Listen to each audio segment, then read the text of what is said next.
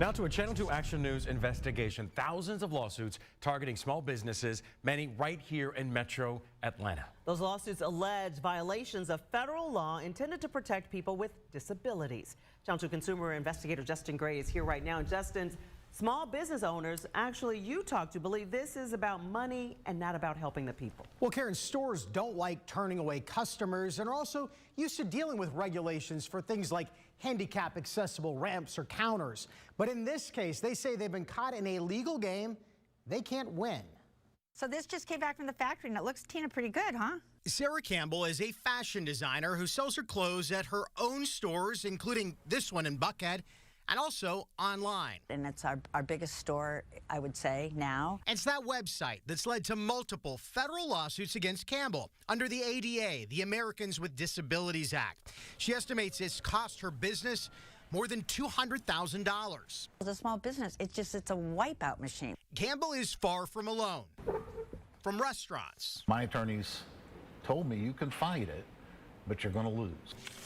To a mother-daughter neighborhood flower shop. They told us to settle. It's thousands of lawsuits targeting businesses for being inaccessible to the blind. Then I thought somebody did fall anything, or did we not help a customer? But it was her website, all of their websites, where there was a problem. I don't understand to this day what happened with the last lawsuit. I just know we spent a lot of money. Channel 2 Action News investigates, and our sister stations comb through tens of thousands of lawsuits across the country.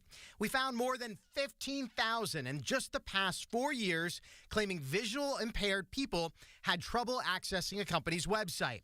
Sheer Donovic's Sheer, the brand women's wear company, was one of them. Accessibility should be about helping people, not scaring small businesses into settlements. Attorney Peter Brand has defended small businesses against the claims. They're not really about ADA accessibility. It's all about attorney's fees. To that point, in 2025, we tracked nearly 4,000 cases.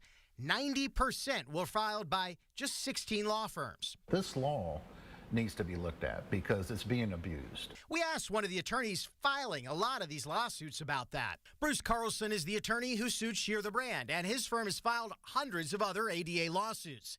He says it's for a good reason. There are plenty of websites out there that blind Americans can't use, and that violates federal law. We file a lot of lawsuits because that's what we need to do to accomplish the goal of impactful litigation. But there's no clear way, no set federal standard to have an ADA-compliant website.